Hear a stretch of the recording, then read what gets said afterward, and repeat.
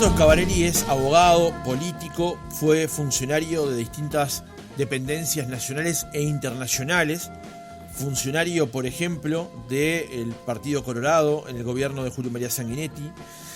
Integró y presidió la Junta Nacional de Drogas desde 1994 hasta el año 2000 y fue de los primeros que puso en el debate justamente el vínculo del tema de drogas con distintas anexaciones hacia otras problemáticas del país. Ha dedicado gran parte de su vida a la función pública y hoy nos acompaña en Viernes en el Aire.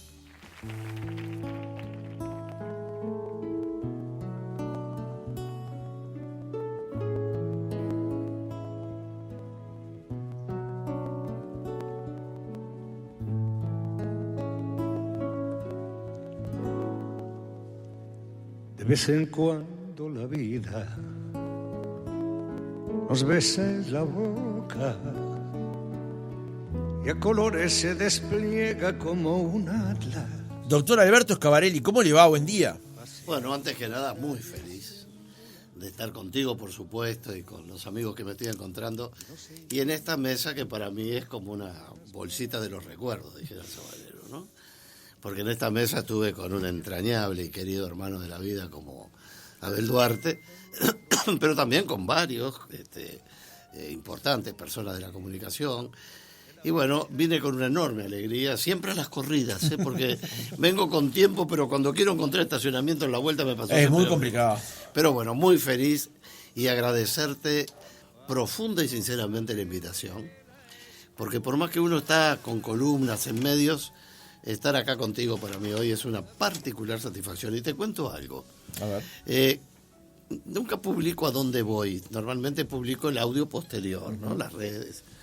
Bueno, no voy a decir que Facebook batió el récord, ni que Twitter batió el récord, pero tuve decenas y decenas de mensajes que de algún modo también te involucran. Y bueno, esas cosas alientan, porque es verdad que el aliento ayuda, ¿no? Sin lugar a dudas. Yo destaco una cosa, como usted decía, usted de alguna manera es parte de lo que significa Radio Oriental, en ese vínculo tan entrañable que tuvo con Abel, sin lugar a dudas. Claro. Pero me sorprendió especialmente que cuando llegó a la radio todo el mundo vino a saludarlo. Y esas son las cosas que en última instancia valen la referencia, ¿no? Las personas. Porque eso es lo importante en última instancia. Lo que nos llevamos es eso. Sí, es la diferencia entre lo sustantivo y lo adjetivo, ¿no? En realidad, las cosas en la vida, la mayor de la cantidad de las cosas son temporales. Uno es inquilino en muchas cosas de la vida. Ahora, lo que se mantiene como constante es el vínculo, que no necesariamente está condicionado a la continuidad de la presencia todos los días. Yo siempre digo, uno de pronto le toca convivir con gente con la que no tiene afinidad, claro, o tanta, y de pronto no se ve con gente en años que forman parte de su cosa más íntima, digo, ¿no? Pero no, siempre me he sentido muy cómodo, y por otra parte siempre tuve muy claro aquí, presidiendo Naciones Unidas, la OEA, el CLAT hasta hace muy poquito, en Dubái, cosas importantes, siempre tuve claro que son cosas que uno entra y sale, y que cada día que pasa son tiempos que se agotan, pero que tiene que fingir que son eternos para poder hacer las cosas con pasión, digo, ¿no? Pero la vida es muy generosa conmigo en ese sentido, y he disfrutado mucho de lo público, ¿no? De la función, de la gente. Por supuesto, hay siempre momentos muy complejos, sobre todo porque en determinado momento yo me retiro del Partido Colorado, pasa un tiempo, me llama el doctor Vázquez, paso a apoyarlo sin integrar el frente, pero de todos modos nadie quiere que nadie se desprenda, y por un lado, y por otro lado, como dice el viejo dicho, los enemigos están en el partido, los adversarios en el otro, ¿no? En esos momentos aflora, no necesariamente lo positivo.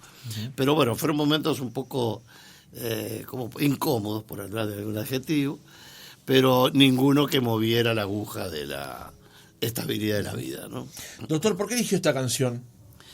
Bueno, primero que uno siempre tiene Yo canté durante muchos años siendo adolescente, tengo canciones registradas, etcétera.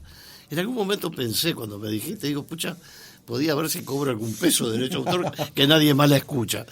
Pero Esta canción me acompaña mucho. Esta canción salió por los 80 más o menos. Y Serrat es un tipo muy particular, ¿no? Podríamos puesto a ver un uruguayo cualquiera, pero hay tantos. Bueno, no quiero dar nombres. Pero creo que esta letra, que para los amigos es una canción que en definitiva no es demasiado conocida, pero habla que de vez en cuando la vida toma conmigo un café, que rescata los momentos que la vida es particularmente cercana a uno, que la vida es siempre vida y siempre vale la pena vivirla. Claro.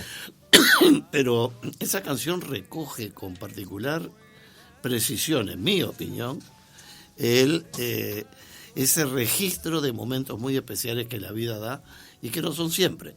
Cuando le dice sale conmigo a bailar o comparte conmigo un café, es una letra que les recomiendo a los amigos leerla, porque como está la letra ahora publicada, que se llama De vez en cuando la vida, de Serrat. Me acompaña mucho, hace mucho tiempo, no es antídoto de nada, pero tengo muchos temas que son claves, pero lo siento muy adecuado a los tiempos que vivimos, ¿no? Esa es la clave justamente cuando le pedimos al entrevistado que nos cuente una canción que quiere escuchar y por qué es la referencia. Sí. Me parece muy interesante ese aporte. Sí.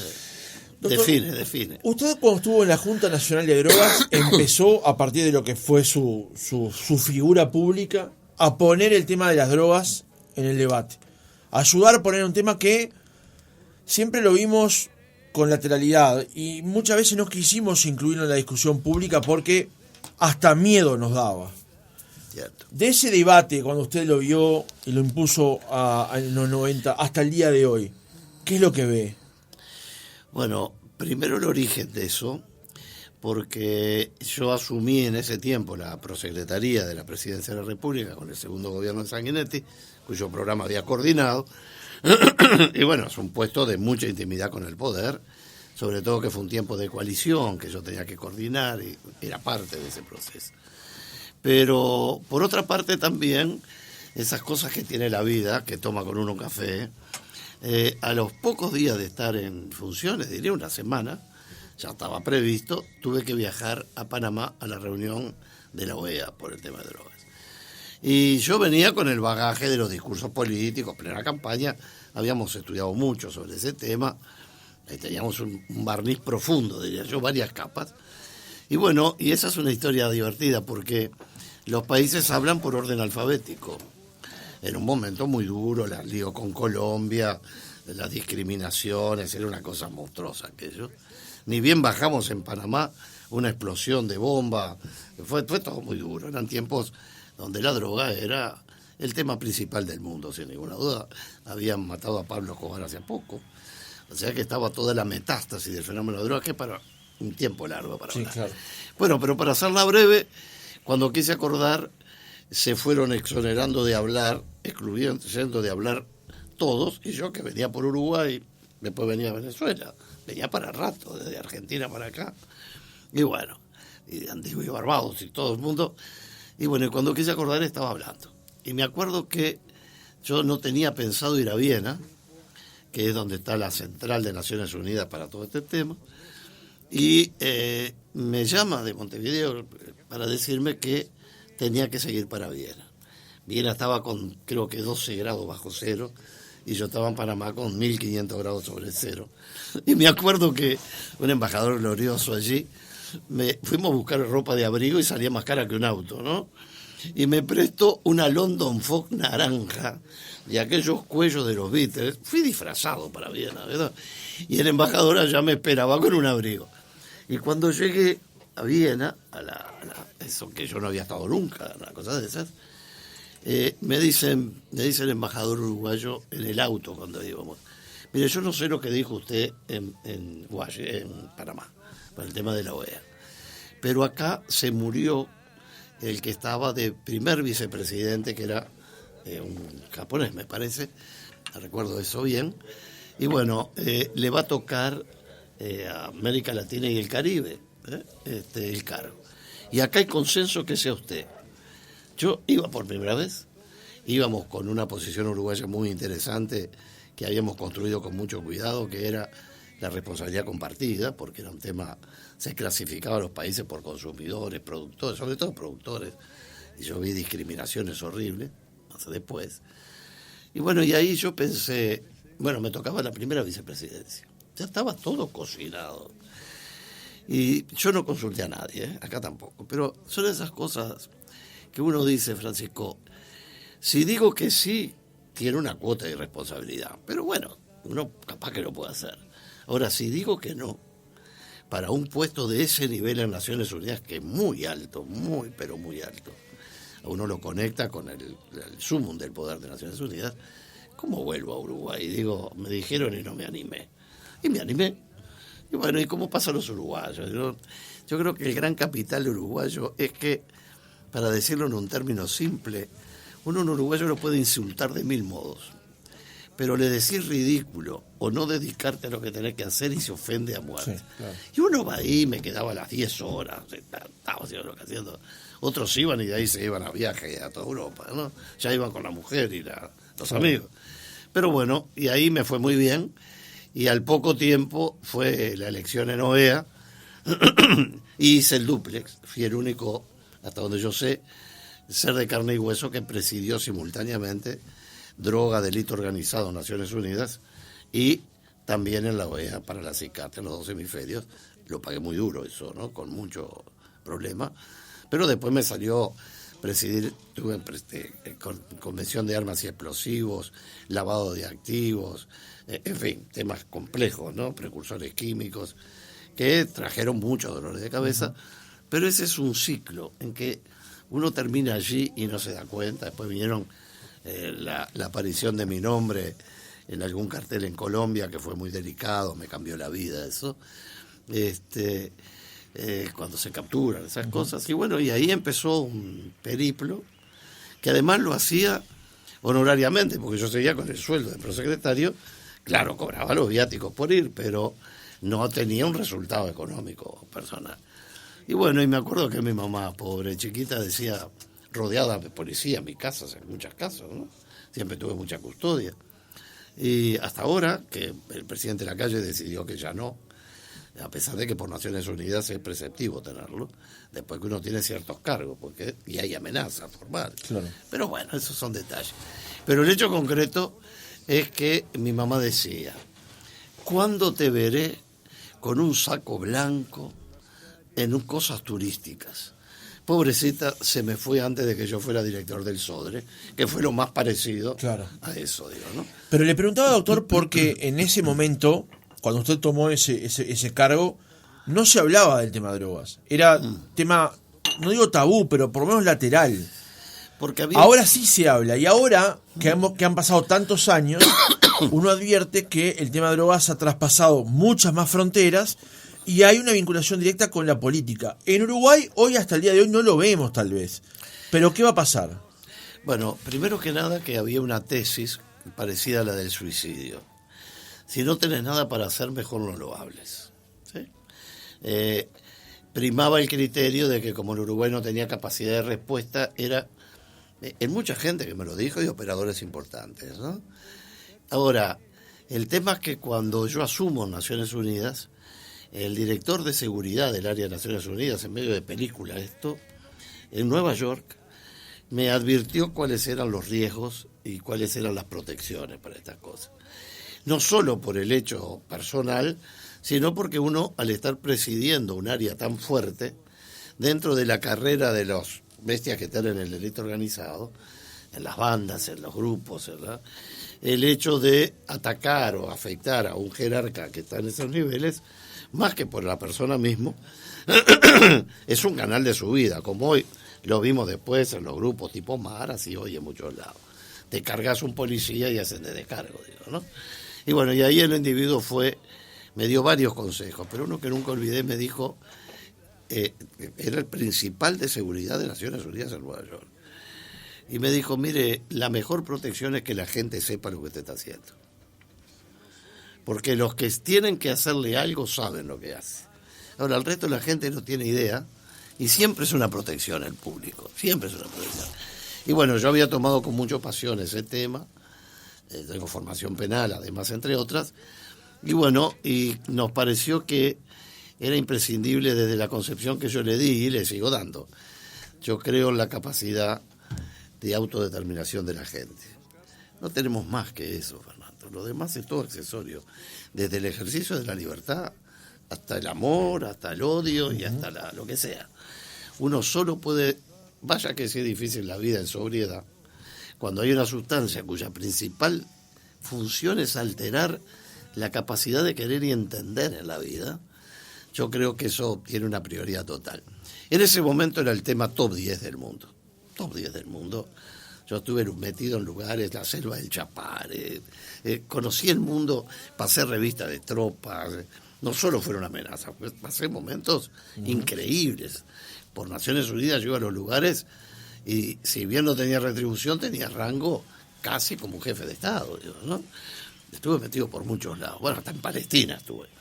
Pero a lo que voy es que en ese sentido nosotros aquí y afuera, y con el respaldo de afuera también, pudimos hacer mucha cosa, entre ellos, desde el punto de vista policial, para ver un aspecto, ahí teníamos a Rivero, teníamos a Huarteche, en fin, teníamos a La Llera, que era el equipo que yo tenía en ese momento, y que por estar donde estar se fueron a formar al exterior, al más alto nivel. Y bueno, y por supuesto el presidente, que delegó totalmente ese tema bajo la política de una sola voz, que era la clave de esto para tener. Y bueno, es cierto, nosotros vimos cosas muy duras afuera, lo dijimos, pero claro, es muy difícil para una sociedad distraída sobre ciertos temas que no parezca que uno está contaminado de ciertas cosas. Yo cuando vi los jueces actuando casi con capucha para que no se vea quién era, o los testigos declarando en carritos como si fuera un baño portátil cerrado, que tengo anécdotas que no nos va a dar el tiempo, cuando vi las cosas que estaban pasando, yo dije aquí que bueno, venía un tiempo de jueces con alta protección, autoblindados, que 3 años de consumo de pasta base, como lo vi en Perú, significaban un deterioro del esquema de la seguridad pública sin retorno, porque justamente se rompe la ecuación que yo he denominado académicamente la ecuación de la violencia esperada. Todo delito tiene una porción de violencia, entre comillas, necesaria para ejecutarse por el delincuente. Pero la alevosía, que es poner más de violencia que tal, no pasó a ser una excepción, formaba parte de esto. Y ya veíamos países en Centroamérica, ¿no? Hablaría 6 meses de esto, lo que era el tema de la... a ver, una de las autoridades máximas de uno de los países, yo fui por ahí en una visita oficial, y bueno, vi que había un parque de vehículos enormes, enorme parque que estaba ahí tirado. Y me lleva una camioneta espectacular de esa Ranger Rover. Digo, ¿y esto acá? ¿Por qué está acá? Dice, bueno, no, en esta no, porque acá venía el chofer, venía mi antecesor y 2 custodias, y el custodia le pegó un tiro en la nuca acá adentro, ¿no?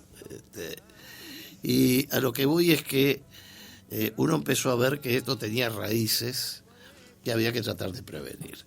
Y bueno, comenzamos con los foros por la vida, recorriendo el país, todos los fines de semana, todos, con el intendente en el mejor lugar, y llevamos los equipos técnicos para el otro día, y vimos un tema muy crítico. También alguien me dijo, me parece que te estás equivocando, porque estás poniendo el tema muy arriba, y Uruguay no tiene respuesta, y bueno, y ese es el problema, ¿no? Es decir, porque nadie lo hace de mala fe. El hecho es que nadie en los gobiernos quiere correr el riesgo de poner arriba de la mesa un problema crítico para que no tiene respuesta. Ahora, ¿cómo ve el tema hoy en Uruguay? Bueno, hoy estamos en una fase que siempre me dio mucha preocupación, y la digo en pocas palabras. El tema de drogas tiene varios aspectos: el consumo, el tráfico, la producción. Uruguay, normalmente Uruguay fue un país de tránsito con un consumo relativo, pero siempre significativo. Pero, por ejemplo, logramos que no entrara la pasta base. La cocaína tiene 2 procesos: el sulfato de cocaína, que lo vimos en el Chapare, el proceso cuando lo capturaron, en plena selva, de 3 noches ahí inolvidable, y el sulfato, que es la pasta base, que es el producto base terrible, que con el tema de los precursores químicos controlados con el que se hace el clorhidrato, que es la cocaína, comenzó a tener un peso muy grande, y bueno, la pasta base tapó América y generó daños irreparables. 3 años de ese consumo destrozó los esquemas de seguridad pública. Bueno, apareció el sicariato en otras partes, que yo lo nombraba acá, y era como si hablara de ciencia ficción, ¿no? Uh-huh. Y hoy la situación, ¿cuál es? Por un lado tenemos la producción, Uruguay no tenía, por el otro lado tenemos el consumo, y por el otro lado tenemos el tráfico. Uruguay, sobre todo mi gran obsesión, nuestra gran obsesión, era que no hubieran partidas de más 200, 300, 500 kilos, porque el volumen de droga es el que lleva la custodia que viene de afuera, porque el dinero es mucho y es de alguien que normalmente no se conoce ni quién es. En ese sentido, era muy importante que las drogas fueran en volúmenes que no se nos escaparan de mano. Se dice que hay un 8% de captura respecto del total de la droga que se captura, esa es la media de Naciones Unidas. O sea, se captura el 8% de todo lo que circula, de lo que realmente anda a la vuelta, ¿no? Es más o menos un cálculo fluctuante. Es decir, que usted encuentra 100 y hay 800 a la vuelta, no hay duda, ¿no? Ahora, incluso está todo el sistema de las pirañas. En Paraguay hay ríos donde para cruzar el ganado se mata un vacuno más arriba, para que se vayan todas las pirañas para el otro lado, para poder pasar por otro lado mientras están distraídos comiéndose la otra vaca, ¿no? Bueno, todo esto tiene que ver, pero el tema es que hoy Uruguay ha tenido, en ese momento fuimos construyendo un prestigio muy grande, que fue la única aplicación para que uno, salido de 8 de octubre y la Ravide, pudiera tener la suerte de presidir organismos impensados. Yo nunca soñé estar en las posiciones con un despacho transitorio cuando iba con vista al Danubio, digo, no, nos entendemos, no, rompía mi esquema de jugar al frontón en la pared del Banco República en la Ravide, ¿no? Pero lo que sí era claro era que había que evitar ciertas cosas. ¿Cuál es la situación hoy? La situación hoy es que el drama más grande de las drogas son las drogas sintéticas, de las que se habla poco. Es un puñado de productos básicos de estructura molecular que se combinan casi hasta el infinito y producen drogas nuevas, que se mezclan con otras cosas. Por eso las drogas tienen listas 1, 2 y 3, y cuando uno hace una ley penal, yo hice la primera ley de lavado de activos de acá, la primera que se aprobó, que fue un trabajo impresionante con todos los sectores, la Corte, todos los partidos políticos, un gran orgullo fue eso. Y bueno, cuando se produce el esquema de que empiezan a aparecer volúmenes grandes que hacen necesariamente venir 2 tipos de delitos. El delito organizado de afuera que protege, y la gente está muy convencida de que acá las grandes luchas son por el espacio, el territorio y las bocas de pasta base. Hay luchas profundas por ser parte de ese proceso de custodia de los grandes volúmenes donde está la plata grande, de la que no habrás escuchado hablar mucho. En ese sentido, Uruguay hoy está en una posición muy comprometida, pero no estoy hablando de política, estoy hablando de realidades. El hecho de que el puerto de Montevideo se haya transformado en un puerto absolutamente descalificado en materia de seguridad, que se encuentren de a 10 toneladas en Frankfurt, por ejemplo, y antes pasaron otras 3, y si es el 8%, como los alemanes saben igual que nosotros, quiere decir que lo que puede haber llegado no tanto a Frankfurt o no, sino por los lugares que por los que va pasando, que la droga venga en barcazas por la hidrovía, poco menos que en balsas, y esté 12 horas acá y nadie las toque, y sigan para allá. Bueno, eso Uruguay lo ha descalificado mucho y tiene efectos económicos. Hoy un contenedor uruguayo que llega a cualquier puerto internacional tarda muchísimo más en salir del puerto por los controles. ¿Y qué importancia tiene? Que el exportador llenó ese contenedor de un producto, el contenedor lícito, y le tienen trancado eso mucho más tiempo, no se lo entregan al comprador que importó en ese país de destino y la factura pro forma no camina y no le paga. Todo tiene costo. Y bueno, y la aparición, que para mí es el fantasma corporizado de este tema, que es que en el Uruguay ya hay laboratorios de producción de drogas sintéticas. Y voy a decir algo que no he hablado mucho. Yo tengo la convicción de que también existen pseudo hospitales clandestinos donde se está atendiendo el delito que no tiene una gravedad tan grande que solo puede atenderse en un hospital. En Uruguay están pasando cosas mucho peores que lo que se ve. Bueno, se han encontrado armas largas, vainas de balas de mucho poder, y no todo lo que pasa llega a los centros institucionalizados. Y tengo la convicción, no la prueba, pero los resultados uno mide por resultados, como los análisis clínicos también, ¿no? Y evidentemente, con las luchas de poder que hay, y la violencia y el nivel de armamento, y algo que cuando lo hablé acá me miraban de reojo, el sicariato es un tema que hay que pensarlo con dramaticidad, cuya pecera donde se captura es la gente que ha quedado totalmente atrapada en este sistema de consumos, y por otro lado donde le pintan a vidas quebradas la posibilidad de aparecer con un poder. Y yo recuerdo haber estado, cuando presidí la Comisión de Derechos Humanos en el Parlamento, en esos 10 años que estuve, que me acuerdo cuando los motines, que íbamos a las cárceles, y me acuerdo que alguien me decía, la gente que escribe los mensajes, déjenlos, se están matando entre ellos, ¿no? Cuando uno no se da cuenta que cuando uno rompe la línea y mata porque otro le dice a alguien con el que no tiene vínculo, hoy lo hace por esto, mañana lo hace porque alguien tiene celos o porque tiene un cheque para cobrar.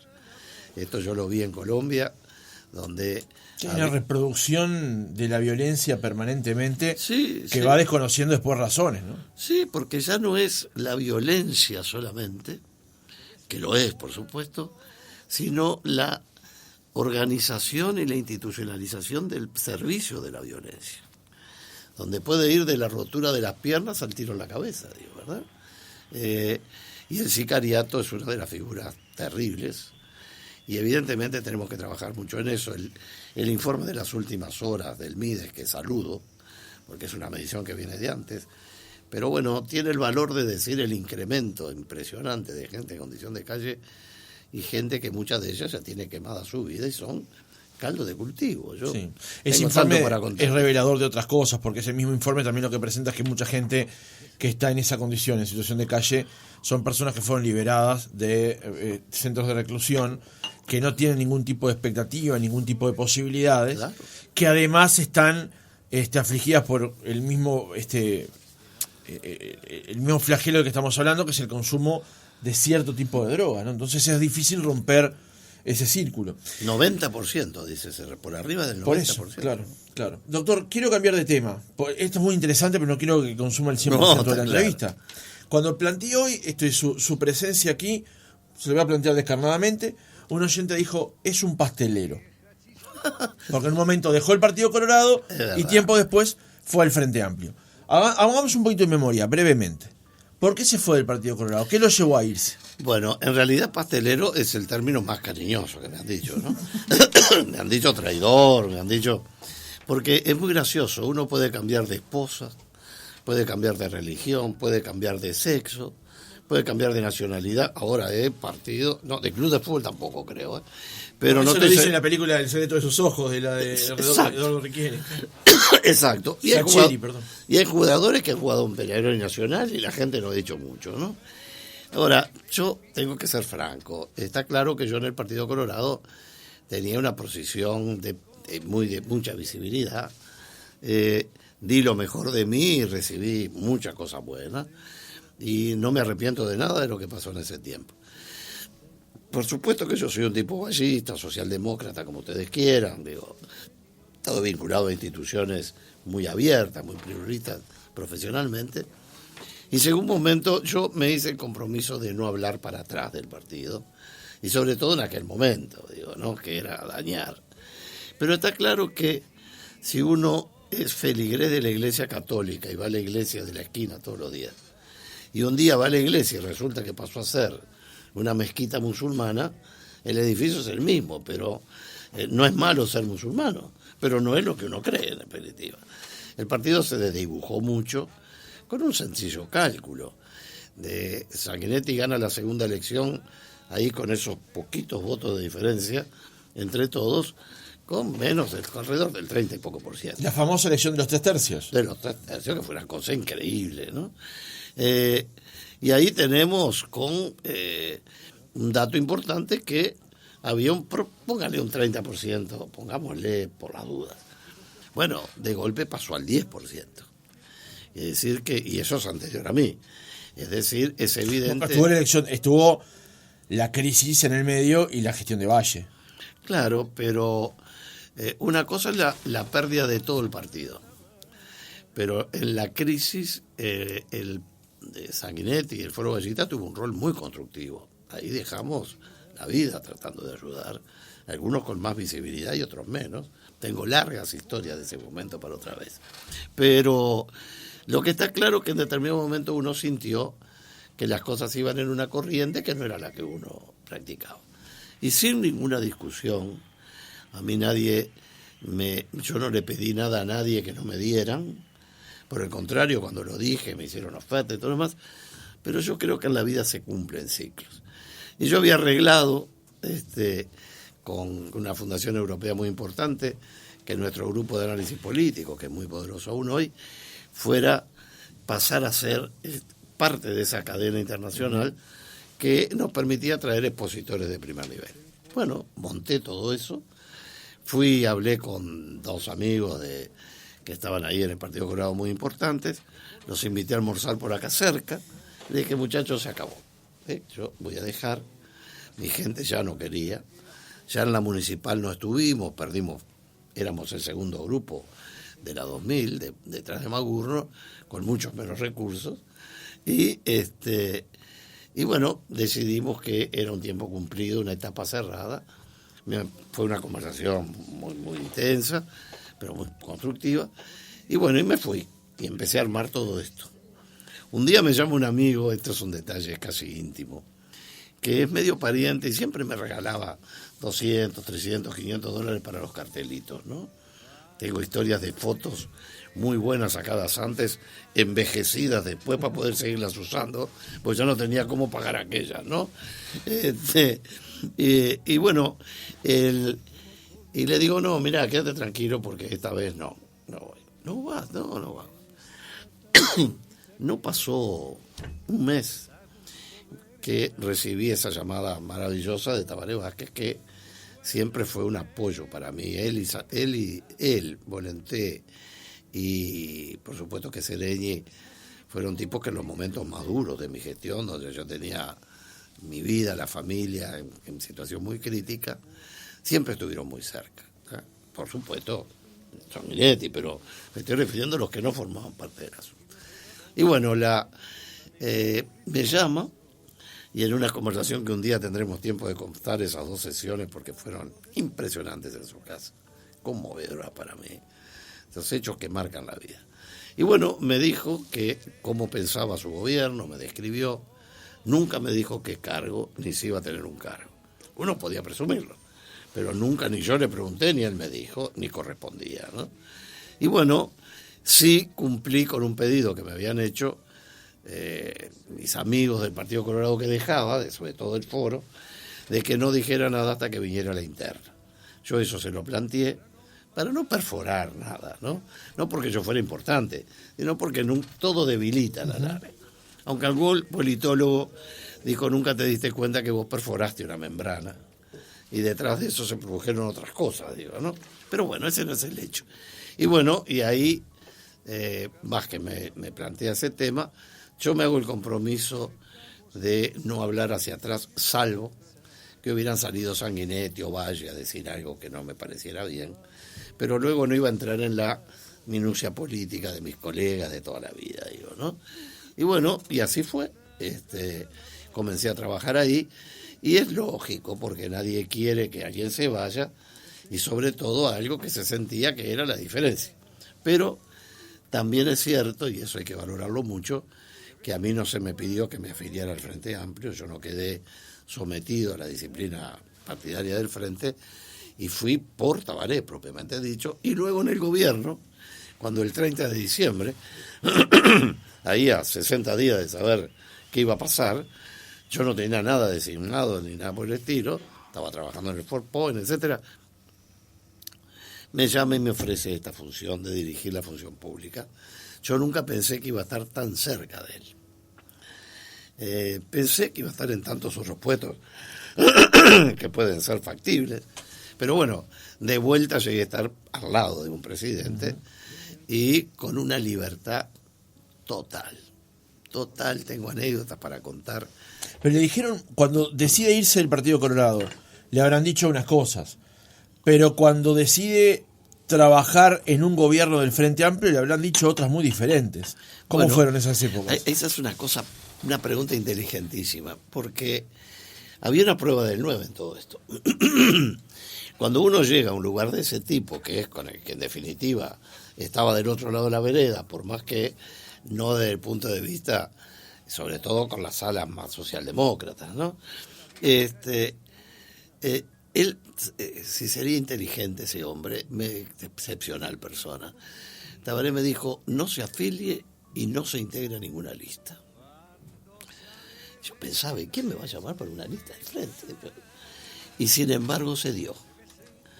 Listas importantes del Frente, que no voy a nombrar, que me llamaron por si quería tener un lugar en la lista. Entonces yo incluso con uno que tengo mucha confianza, digo, ¿pero vos te parece que yo voy a aparecer a sacarle el lugar a uno? Vos vas a traer gente propia, me decían, todavía en broma, en serio, no sé, bueno. Y bueno, no estuve tampoco ahí.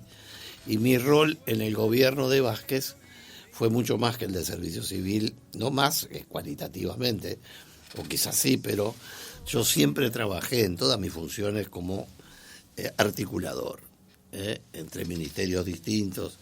Manejar coaliciones no es un tema sencillo, y sobre todo cuando uno está hablando en representación de un presidente de la República, digo, ¿no? Porque además ahí, Francisco, hay algo muy gracioso, ¿no? Porque cuando uno está tan cerca del jerarca máximo, del líder máximo, no importa cuál sea, cuando habla, nunca queda claro si uno está hablando por uno o porque el líder máximo dijo que hablara, y si lo aclara, menos le creen todavía. Cuando uno dice, mirá que lo digo por mí, es peor todavía para este sistema, ¿no? No, fue una cosa muy linda la receptividad. Y por supuesto que además mi modo de hacer política siempre fue, es y será, no un modo del recalentamiento del sistema, ¿no? Es decir, para mí es muy importante la gobernabilidad democrática, que un día hablaremos, que para mí es lo que estoy trabajando hoy acá y en el mundo, pues estoy dando muchas conferencias afuera, estoy presidiendo algunas cosas de ese tipo, Movimiento Político por la Unidad, por ejemplo, y la fraternidad en el sentido del respeto y la gobernabilidad. Yo vi, incluso hasta profesionalmente, lo que pasó en París cuando fui a la OCDE, vi Chile, vi Colombia. Nosotros nos olvidamos lo que es la violencia desenfrenada. Hay mucho para contar ahí, será para otro día. En el cierre, recién deslizaba algo. ¿Qué está haciendo hoy? ¿Dónde lo ubicamos? Este vicio, uno evidentemente se transforma en un adicto de la política, ¿no? Por supuesto, no asumir funciones públicas. Puede llamarse una función pública, estar en la coordinación de la de una parte de la candidatura de un individuo como Orsi, que tiene un perfil con el que me siento absolutamente cómodo, ¿no? Pues yo creo en la gente que construya diálogo. Pero aparte de ese trabajo político muy fuerte, estoy haciendo columnas de radio toda la semana en 3 radios distintas, Montevideo Interior, 2 de Montevideo Interior. Bueno, hoy tengo el gusto de estar acá y el honor de estar acá. Y por otro lado, estamos en toda una actividad de dedicación muy fuerte al tema de la organización de un movimiento nuevo, porque es muy difícil montar un movimiento nuevo, no hay mucha experiencia en el país, que es la Patriada, que es un movimiento abierto con gente que viene de todos lados y que es aluvional, como la isla Timoteo Domínguez, ¿no? Se va haciendo por acumulación. Hoy ya se pegó la Martín García, bueno, esto está pareciendo lo mismo. Va a ser un grupo del Frente Amplio, porque si no, no acumula. Pero tenemos gente de todos lados, ¿no? ¿Y tiene alguna expectativa concreta? ¿Llegar a...? ¿En lo personal? Sí. A ver, yo en este momento tengo 73 años. Estas cosas a mí me hacen sentir de 30, ¿sí? Porque gracias a Dios estoy en condiciones. Bueno, estoy haciendo muchas cosas fuera también. Y, a ver, no lo estoy haciendo por una función necesariamente, porque no es un eje de mi vida hoy. Pero también le digo una cosa, y va mi honor en lo que estoy diciendo. Yo sé que está muy usado si soy necesario, que es normalmente para que uno lo tenga en cuenta.